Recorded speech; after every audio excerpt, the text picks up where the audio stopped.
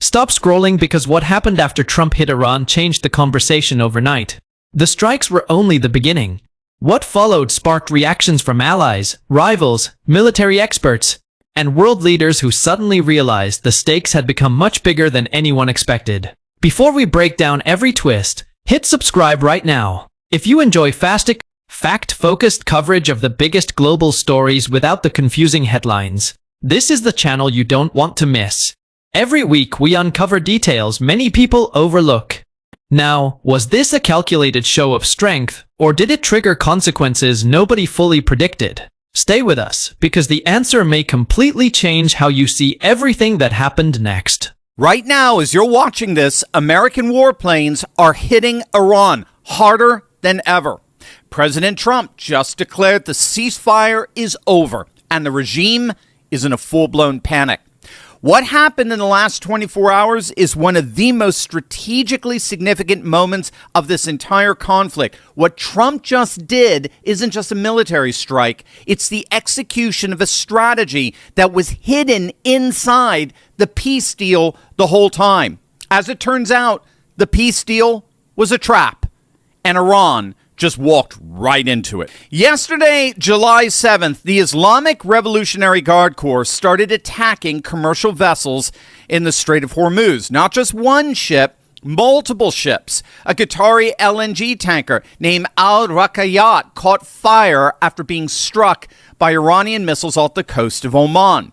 Then a Saudi-owned tanker, then a UAE-flagged vessel. Qatar, Saudi Arabia, UAE, all hit. Now, the reason the Iranian regime is giving for these attacks is that they're claiming that all ships must use a particular route through the Strait of Hormuz, and they can only use that route if they first get Iran's permission to do so. Now, the Americans said, of course, that's nonsense. The strait is completely open. Use whatever route you want. And so, when a Qatari tanker used the U.S.-approved Oman corridor instead of Iran's designated route, the IRGC opened fire. Now, if the IRGC thought that the ceasefire gave them leverage, if they thought that hitting a few ships was business as usual, a little intimidation, a little saber rattling, just to pretend they still have the ability to project power in the region, and that negotiations would continue unscathed, if that's what they thought, they found themselves in for a very rude awakening. Their miscalculation just backfired big time. The American response was not proportionate. It was absolute punishment. CENTCOM announced strikes in over 80 targets in Iran, 4 to 5 times larger in scope and power than any previous retaliatory strike during the ceasefire period. U.S. forces hit Iranian air defense systems, command and control networks, coastal radar sites, anti-ship missile capabilities, and more than 60 IRGC small boats in and near the Strait of Hormuz. Those are the fast boats, the swarm fleet, the ones that were already degraded back in March. Trump just finished the job. It was an absolutely massive attack. Qasem Island, Bandar Abbas, Sirik, all hit, all struck, all incapacitated. And then Trump did something the media is almost completely ignoring. He revoked the oil sanctions waiver. The temporary license that allowed Iran to sell oil on the global market, granted as part of the MOU, was canceled. The economic lifeline Iran thought it had won in the peace deal literally disappeared in a single afternoon. And then President Trump at the NATO summit in Ankara said the words, the regime. Just when people thought the story was over, the next development stunned observers across the globe. Markets, military analysts, and diplomats all began asking the same question. What happens if this confrontation keeps escalating? Every new move seemed to create another unexpected reaction, turning one military decision into an international story, with massive political and economic consequences. If you're already subscribed, you're ahead of the headlines. If you're not, now is the perfect moment, because the biggest updates are often the ones mainstream conversations miss. Keep watching as we connect the events, explain why each response mattered, and reveal how one dramatic decision reshaped the global conversation in ways few expected. I'm number one on the kill list for Iran. They're lovely people. I'm number one. So I don't know. I can't tell you that, but I don't really care because I'm doing my job and I'm doing it, I hope, better than anybody's ever done it because we have a country that's hot and really, really successful. But I mention it only because it's on the list. I mean, it came out. There was another list came out yesterday, and I'm number one on. I like being number one on TikTok better, but I'm number one on the list for killing. Last night, America launched more than 80 strikes against Iran. Why? Because Iran attacked ships in the Strait of Hormuz, breaking the ceasefire. Trump didn't warn them. He didn't negotiate. He didn't wait. CENTCOM confirmed the strikes. Explosions lit up Bandar Abbas and Karg Island, Iran's main oil export hub. The U.S. reimposed oil sanctions immediately. Iran broke the deal. America responded within hours. That's not weakness. That's what peace through strength looks like. Drop a flag for our military and send this to someone who doubted Trump's resolve and follow me. It was in the dead of night that the US chose to strike, hitting naval and military bases along with radar and command and control facilities along Iran's southern coastline. Retaliation for the downing of an Apache helicopter struck by an Iranian drone while on patrol over the Strait of Hormuz. The US dispatching a drone boat to quickly rescue the two pilots who weren't badly injured. But Donald Trump promised there would be a response. US Central Command confirming a few hours later it had launched what it called self-defense strikes against Iran, saying the mission is a proportional response to unjustified Iranian aggression. Tehran's retaliation was swift, launching drones and missiles towards US military targets in the region. The Iranian foreign minister posting, "Our powerful armed forces will leave no attack or threat unanswered. Leave our region if you want to be safe." How this impacts the ceasefire that has been teetering on the edge for weeks, or the peace negotiations, which Donald Trump said yesterday was just 2 or 3 days away from being completed, remains to be seen. Trump truly wants a deal, and I actually think the Iranians want a deal. But until we can stop shooting at each other, nobody's going to come to the negotiating table. US officials remain optimistic, though, saying today's strikes were only meant to serve as a warning shot to Iran, and they're hopeful that a deal to end the conflict can still be reached. And remember, they got all of those missiles. And I heard they were sending missiles to UAE. I said, that's strange. You know, UAE is like the banker for Iran. They're like the banker. Qatar, their neighbors, they got along okay. Saudi Arabia. All of a sudden, Kuwait is getting hit. Bahrain is getting, all these countries are getting hit. There was no expert that would say that was going to happen. It's not a question of like, gee, should you have known? And if we did know, big deal. I mean, we have to do what we have to do. After vowing to hit Iran hard, the US followed through, blowing up the tallest bridge in the Middle East. President Trump warning more will follow. It's time for Iran to make a deal before it is too late and there is nothing left. After the president's primetime address claiming fighting is nearing completion and Iran's military is decimated, Tehran keeps hitting back, the regime mocking the US president too. It's wrong. Iran state media showing cartoons of Trump, Benjamin Netanyahu and Jeffrey Epstein stuck to its missiles as America's defense secretary sacked 3 top US Army generals, including the Army Chief of Staff, 5 weeks into the war. And with Iran maintaining its firm chokehold on the Strait of Hormuz, disrupting the world's oil supply. Good morning, everyone. The UK hosted talks searching for ways to secure the crucial shipping route diplomatically. 40 countries attended, including Australia. The US wasn't there after claiming the blockade isn't America's problem. Donald Trump has threatened to pull out of NATO as his frustration with European allies grows. With the crucial military alliance on the line, the head of NATO is coming to Washington next week, an attempt to repair the relationship and remind the president of its enduring value. As the world counts the economic cost, there's a human one too. At least 1,600 civilians in Iran have died since the start of the conflict. In Washington, D.C., Miley Hogan, 7 News. The conflict between the United States and Iran has escalated dramatically once again. President Trump explained some of the latest back and forth on Meet the Press Sunday. We bombed the hell out of them last night. They're very, very evil and sick people. We had meetings with them for the last, they agreed to a deal yesterday, a perfect deal for us. No nuclear, no this, no that, no nothing. They gave up everything. And then after that, they left the room. And then within an hour, they launched a drone at a ship. I said, you people are sick. You're sick people. For more on where this conflict stands, whether diplomacy is still possible, and what comes next, let's bring in the New York Post Deputy Managing Editor, Michael Zenny. So the diplomacy is absolutely still going on. There was a meeting on Saturday in Oman between the U.S. side and the Iran side. But the real question is whether there's actually anything happening with it.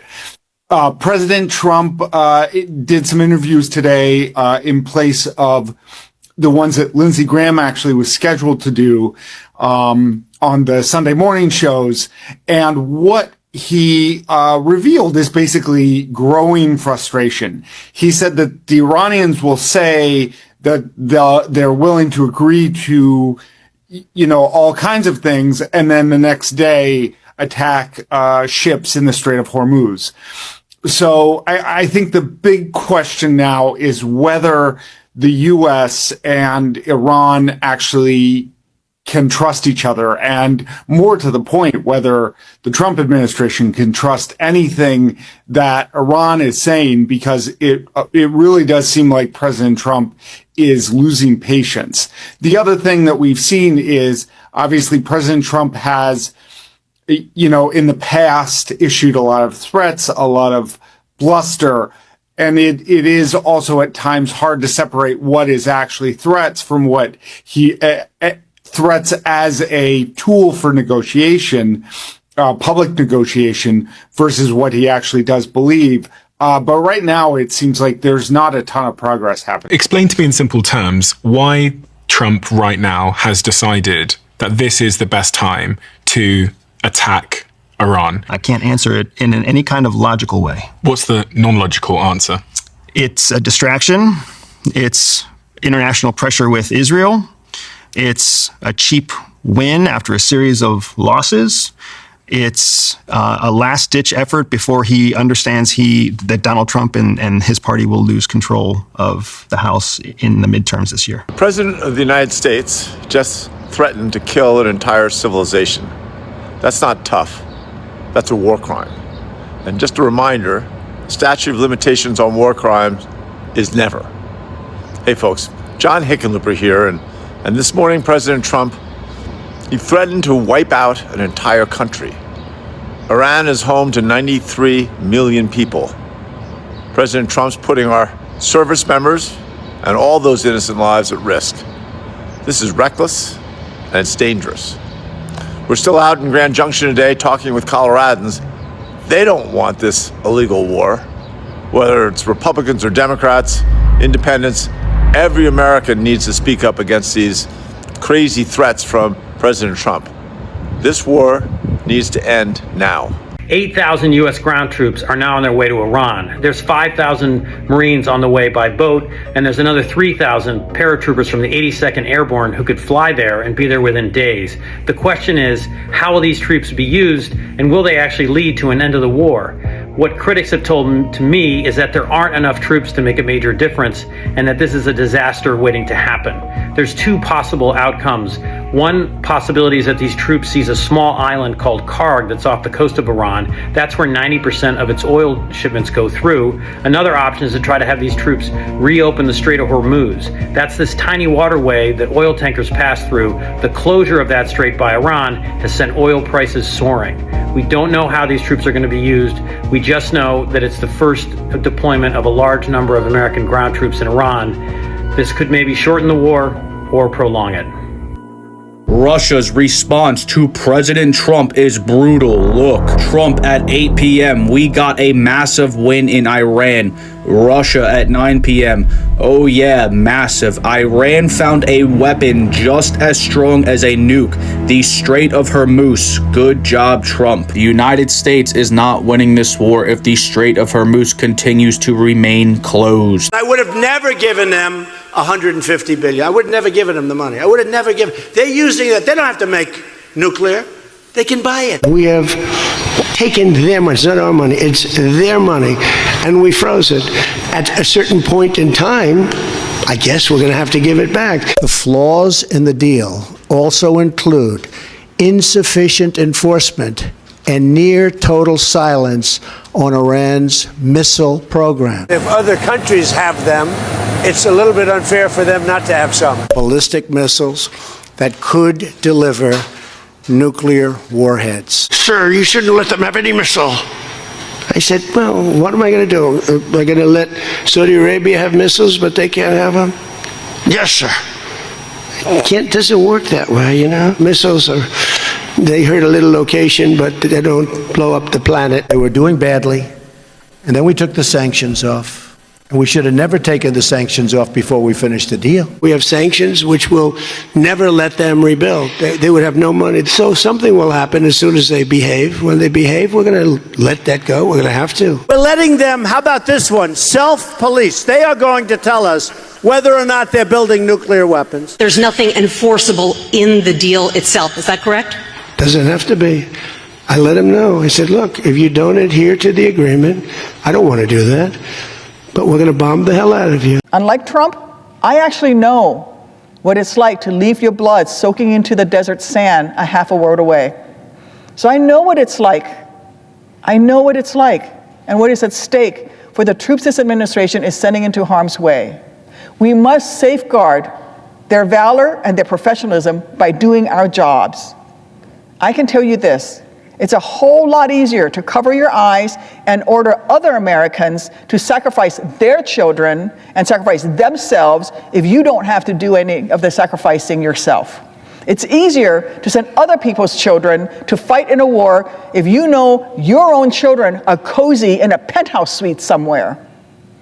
It's easier to ignore the everyday realities of war from inside the hallowed halls of the White House, where you've got McDonald's being DoorDash to the Oval Office. But it's nearly impossible. It's nearly impossible if you've been actually outside the wire yourself. So I've come to the floor today to keep true a promise I first made over 2 decades ago. I ran for Congress, not because I wanted to be in Congress, not because I wanted to be a congressman or a senator. I ran for Congress to honor the men and women who carried me out of that bloody war zone. I made a promise that when the drums of war started beating again, I would be in a position to make sure that our elected officials fully consider the true cause of war, not just in terms of money, but in human lives and in the sacrifices of the men and women who wear the colors of this great nation.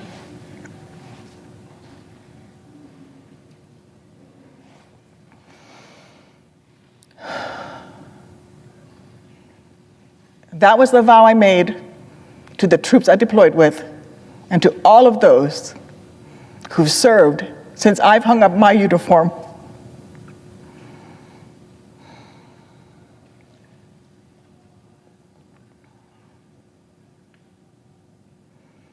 I'm here today under this great Capitol dome to keep that most sacred oath, because right now, thousands of our troops are ready to do their jobs, even if it means laying down their lives. And it's tragic, it's disgusting to me that even as they prepare to do their jobs, our president and some members of this chamber seem so eager to neglect their own. So as those drums of war echo louder than they have ever in years, I am here to remind Donald Trump that he does not have the authority to unilaterally force us into war.